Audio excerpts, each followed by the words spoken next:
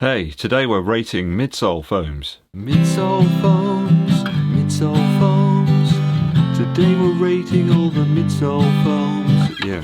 Viewer Mark Cox suggested that I sort of rate all the midsole foams for non-race day shoes, and I thought that's a great idea, but why don't I just rate all the foams that I've tried out over the last couple of years? So I'm going to rate them through F to S tier. I think you probably all understand how that's going to work, right? Going to give them a grade, S being the best and F being the bottom of the barrel. Let's get started. First shoe up is Lightstrike Pro, and you guys are probably all familiar with that one from the Evo SL, that really great selling, great shoe. I mean, that's a great midsole. It's got some nice versatility, lightness there, good balance between compression and stability, good energy return, durability's there. So I'm going to give this one a grade A, only lowering it from the top rank due to the fact it needs a few break-in miles to get it there. Lightstrike is still used in a few Adidas shoes. It's a denser foam, a bit heavier, not perhaps as pleasant to run in on a daily basis. So I'm going to give Lightstrike a grade D. We're seeing it less and less across the Adidas lineup, and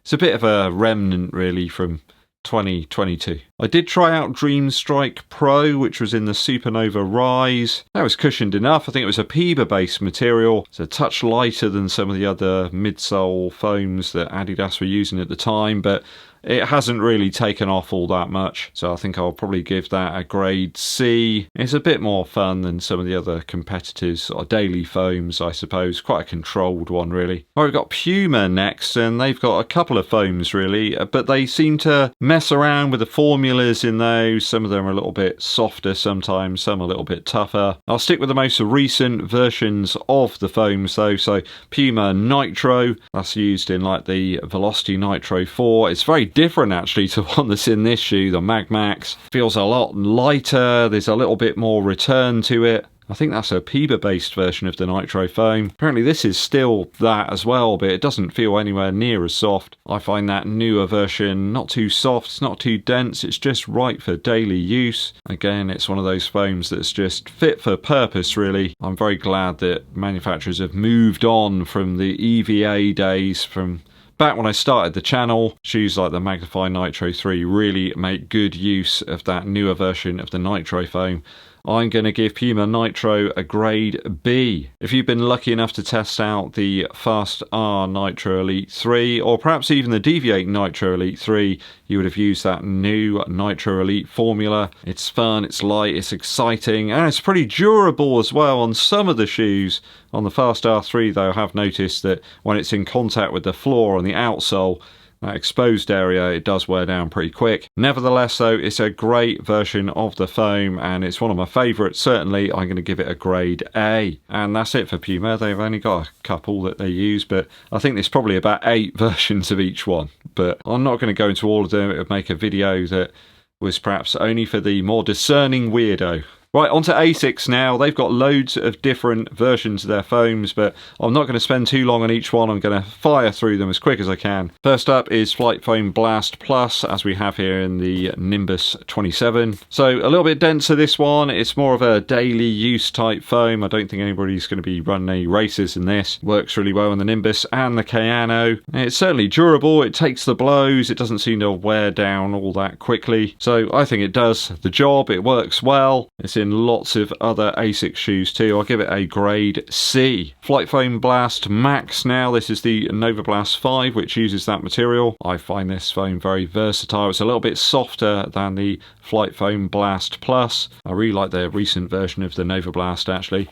I think I'll probably give this a grade B. I think that they're going to utilise this max version of Flight Foam Blast in more shoes over the coming months. It's been supremely durable as well. It seems to maintain the properties a little bit longer than some of the other foams, and it's just a bit more exciting. It's a little bit more up for it. It's kind of that friend that you might go out with on a Friday that's just a little bit more spontaneous than one of the others that just wants to go to the same pub every time. Yeah, the analogy is going to get a bit weird here on this video, I think. Just a bit more exciting, a bit more forgiving perhaps than the Plus version. So this Flight Foam Turbo as well, but that seems to be kind of shelved a little bit now. It's in a couple of shoes, but I think they'll just just slowly phase that out. It was in the Super Blast version 1, and that was a great shoe, but you know, you couldn't find those at all if you wanted to now for love nor money. Flight Foam Turbo Plus, I think it's better to talk about that one. It's a little bit more of a recent foam. This is the same stuff that's used in the Super Blast 2 predominantly, aside of the bottom layer here in the Metaspeed Sky Paris. An absolute banger, brilliant foam, really do like this one. Did find it started to tear and wear a little bit after some hard racing. Do like it, it's a little bit lighter, a little bit more return to it than the version that we had before, but a little bit less durable, so you can't have it all, can you? For a race shoe foam though, it works as expected. I'd give it a grade A.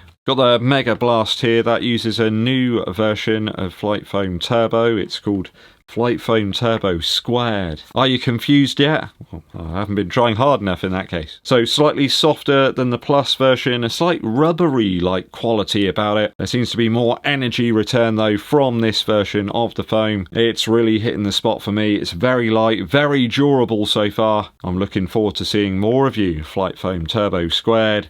I'll give this an S tier. In some of the newer Asics race models, we've got this Flight Foam Leap material. It is incredibly soft. It's in fact a whole new world of softness. Mr. Soft in his very soft world. It does feel a little bit strange. It's got crazy energy return. It might lack the durability and stability perhaps of some of the other foams, but I think for its category, high-end racing and training, it's one of the best. I'll give it a grade A so far. If you're enjoying this video, make sure you hit that subscribe button, give this video a thumbs up like as well. Dankeschön. From Saucony, we've got the Power Run material. It's only in a few shoes now. It's okay, does feel a bit dense now in 2025. There's some better foams out there. I'll give it an E tier. Power Run PB though, still a banger here in the Endorphin Speed 5, one of my favourite tempo trainers. Very consistent across the footbed and provides some good durability and longevity as well. I'll give Power Run PB a grade B. We have Power Run HG, which appeared and was in the Endorphin Elite and also in the Endorphin Pro 4, just like as a top layer, but it did seem to get hammered pretty quickly, certainly in the Elite, and it dropped off quite quickly after 100 miles. It's kind of been superseded by Incredivrun, but we'll get onto that one in a minute. I did like it though while I was testing it. I'll give it a grade B. The new Incredivrun stuff is pretty wild here in the Endorphin Elite 2. Very compressive, but actually very durable. It didn't sort of drop off too much after the initial runs. I was quite worried about the durability, but very little happened to it after that. If you're after a foam that is really great for limiting that fatigue and the strain on your legs, then this is the one to get. I'll give it a grade A. We got Brooks next. This is the DNA Loft material now. I think it's on like the second version. The Ghost Max here utilises that material. It's a bit denser. It's nice for that sort of easy pace recovery type sort of stuff. Durable too, though not as fun as some. I'll give it a grade D this time round. I just feel there's some other more energising foams out there for that kind of recovery type effort. Got the Hyperion Max 3 here. It uses two Brooks foams in fact. On the bottom layer we've got DNA Flash. It's a good springy, very responsive foam. It kind of gives you back what you put in. And it's also not as unstable as some of those other foams out there. A solid C tier for me for that one. And the top layer of this one uses a newer foam from Brooks. It's called DNA Gold. This is a PBA based foam, so it's used in this shoe, but also in the race shoe that they have, which is the Hyperion Elite 5. Super light, lots of energy return. I didn't find it too unstable either. It's very consistent across the whole of the footbed. There aren't sort of particular points that you put your foot on there. It feels like it falls away. Not perhaps quite as fun as some of the ATPU foams that dominate the market now in 2025. I still like it though from a perspective of consistency. If you want something that's a little bit more stable, I'll give it a grade C this time out for DNA Gold. Okay, onto Nike now. We've got the React X material. This is like a new, slightly more sort of soft and fun version of React, although I don't really find it all that fun. It's just very dense and very heavy. Works okay for like daily stuff, I suppose, when it's used in the Vomero or the Pegasus here. Does the job, bit heavy, not all that enjoyable to run in. I'll give it a grade E. Zoomfly 6 here use a couple of different foams. The bottom layer is something called SR02. It's a bit closer to Flight Foam Blast Plus, I suppose, from Asics. Again, it's okay. It's not as dense as React-X. It's got a little bit more fun about it. It's quite durable. I'll give it a grade D. And last up, Zoom X, which features... It's huge, isn't it?